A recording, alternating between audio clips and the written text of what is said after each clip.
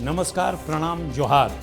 मैं भुजंग भूषण। झारखंड की राजनीति पल पल करवट ले रही है, लेकिन मैं आपको बता दूं कि झारखंड में भाजपा अपनी पराजय के बाद मंथन करने के बाद इस निष्कर्ष पे शायद पहुंची है कि झारखंड में एकदम सीधी लकीर खींचनी है। जिस तर्ज पे हिंदुत्व और सनातन के तर्ज पे इन्होंने महाराष्ट्र हो, छत्तीसगढ़ हो, मध्य प्रदेश हो, राजस्थान हो या उत्तर प्रदेश हो या अन्य राज्यों में जिस तरह से इन्होंने फतह किया है, उसी तर्ज पे ये झारखंड में भी अपना काम शुरू करना चाह रही है। अब इसके पहले हेमंत बिश्व शर्मा आए थे, उन्होंने भी यह राग यहाँ पर छेड़ा था, मगर वो बैकफायर कर गया। अब इन दिनों जो पूर्व मुख्यमंत्री, पूर्व राज्यपाल उड़ीसा के रघुवर दास, जो यहाँ पर 5 साल तक सरकार का नेतृत्व भी किए, उन्होंने बहुत सीधी लकीर खींचने की कोशिश की है सनातन और हिंदुत्व को लेकर के। शायद यह नुस्खा उनके काम आ सकता है सरकार को। शायद बीजेपी उन्हें इसीलिए लेकर के आई है क्योंकि तेज तर्रार और फायर और बोलने में बेखौफ, बेबाक और बेधड़क जिस तरह से रघुवर दास हैं। पिछले दिनों गिरिडीह में एसडीओ को बुला करके होली के दिन, जिस दिन जुम्मा था, माह रमज़ान का जुम्मा था, और उस दिन कुछ विवाद होते रह गया, लेकिन उस समय पहुंच गए रघुवर दास अपने पूरे परिवार के साथ, और जिस तरह से क्लास लगाई उन्होंने एसडीओ के बीच सड़क पे, वो वीडियो काफ़ी वायरल हुआ और काफ़ी ट्रेंड में चला। आप देखिए रघुवर दास किस तरह से फटकार लगा रहे हैं। आप जा सकते हैं, क्यों रोका कि आपकी रोका पुलिस का थानेदार था? Sir security point of view से क्यों रोक दिया? नहीं सर, दोनों पक्ष यहाँ पे उसका पर्व मानता है कि कोई हिंदू रोकता है? नहीं, पर्व का सर जो भी किया है उसको करने का मिलेगा। मेरा क्वेश्चन जवाब दे। क्या सद्भाव का ठेका सिर्फ हिंदू समाज लेगा? नहीं सर, समाज के यहाँ पे नहीं है, जो भी किया है तो हम लोग मिलेगा। हम लोग उसका नहीं कर रहे हैं, किसी को कुछ नहीं रोका गया यहाँ पे, जो भी होगा। लेकिन सर अभी शाम का टाइम है, जैसे बताया गया, नहीं शाम सुबह की बात नहीं है। इसका ठेका सिर्फ हमने नहीं लिया। सांप्रदायिक सौहार्द बना रहे हम भी चाहते हैं, लेकिन इसका ठेका सिर्फ हिंदू समाज नहीं। हमारा हर पर्व में ये क्यों होता है? नहीं सर, हम लोग मेरा क्वेश्चन जवाब दो। आपको क्या पहले इन्फॉर्मेशन नहीं था? मस्जिद पे वहाँ बोतल चल रहा, मंदिर चल रहा, क्या था आपके स्पेशल अपना? इस बाबत जब मैंने उनसे पूछा तो उन्होंने कहा कि बेखौफ, बेबाक, बेधड़क अंदाज में कि हिंदुत्व और समान जगहों पर समानता के लिए, सबों चीज़ों के लिए केवल हिंदू ही कंप्रोमाइज़ करे, ऐसा नहीं होगा। और मैं कभी भी जो तुष्टीकरण की राजनीति होती है नहीं करता हूं। यह हेमंत सरकार की नियति है कि वो करती है, और मैं सीधी राजनीति करता हूं, और हिंदुओं को मैं स्पष्ट तौर से कहता हूं कि हर जगह कंप्रोमाइज़ करने की कोई आवश्यकता नहीं है। देखिए इनसे मेरी जो बातचीत हुई, किस अंदाज में उन्होंने बेबाकी से सभी बातों की जवाब दिया। उन्होंने, आप गिरिडीह गए थे और गिरिडीह में जिस वो अपने रघुवर दास अपने रघु अंदाज में आपने जिस तरह से, वो एसपी थे या डीसी थे, आई डोंट नो, जिस तरह से आपने उनको झाड़ पिलाई, ठीक है, वो आपका जो तेवर और रुतबा बहुत ट्रेंड चल रहा, एग्जैक्ट वजह क्या थी कि आपको जाकर इस ढंग से आपको बोलना पड़ा? नहीं, मैं पूरे परिवार के साथ बाबा बैद्यनाथ धाम और बासुकीनाथ पूजा करने गया था। इसी बीच गिरिडीह से एक कार्यकर्ताओं को जानकारी हुई कि एक सीएम देवघर आए हुए हैं, तो उन्होंने फ़ोन की, सर हम लोग गिरिडीह में घुड़तंबा में बहुत दहशत में ज़िंदगी जी रहे हैं। तो हमने कहा कि क्यों?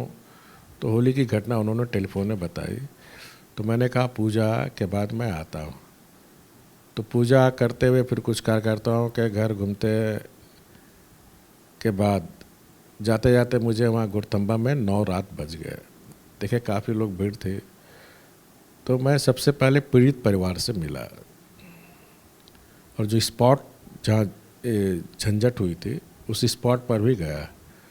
तो पीड़ित परिवार से जानकारी मिलने के बाद और स्पॉट जानने के बाद हमें लगा कि जो वर्तमान सरकार के शासन है एक पक्षीय कार्रवाई कर रही है, जबकि शासन को निरपेक्ष होनी चाहिए, न पक्ष न विपक्ष, निष्पक्ष होकर काम करने चाहिए। अब वहाँ हम सभी जानते हैं कि फगवा में लोग टोली बना बना के अपने मोहल्ले में गाते हुए रंग बिरंग खेलते रहते हैं, और जो उस रोड पर घटना, उस रोड से मैं भी आया गया है। अब ज़्यादा नहीं, 10-15 लोग अपना होली खेलते हुए, ढोल बजाना गाते हुए जा रहे थे। इसी बीच पुलिस की जीप आती है और रोड पर ही ब्रेक लगा देते कि आपको इधर नहीं जाना है। उस दिन जुम्मा था, नमाज का शायद। जो भी था वहाँ जुम्मा से कोई मतलब नहीं था, कोई नहीं बताया, रोक दिया वहाँ। तो पब्लिक बोली जो होली मना रहे थे वो लोग कि हम लोग तो हर साल इस रोड से आना जाना करते हैं पर्व त्यौहार में, तो इस बार क्यों आप रोक रहे? बोले उधर नहीं जाना, उधर मुस्लिम बस्ती है, ठीक है। और सामने ही आपका क्या बोलते हैं मस्जिद था। बातचीत पुलिस से तुतु में हो ही रहा था, तब तक मस्जिद से वाटर बम, पेट्रोल बम और पत्थर ईंटा चलने लगा। ये सारी घटना आपके सामने हुई? पुलिस के सामने, जो प्रत्यक्षदर्शियों ने बताया, जो पीड़ित परिवारों ने।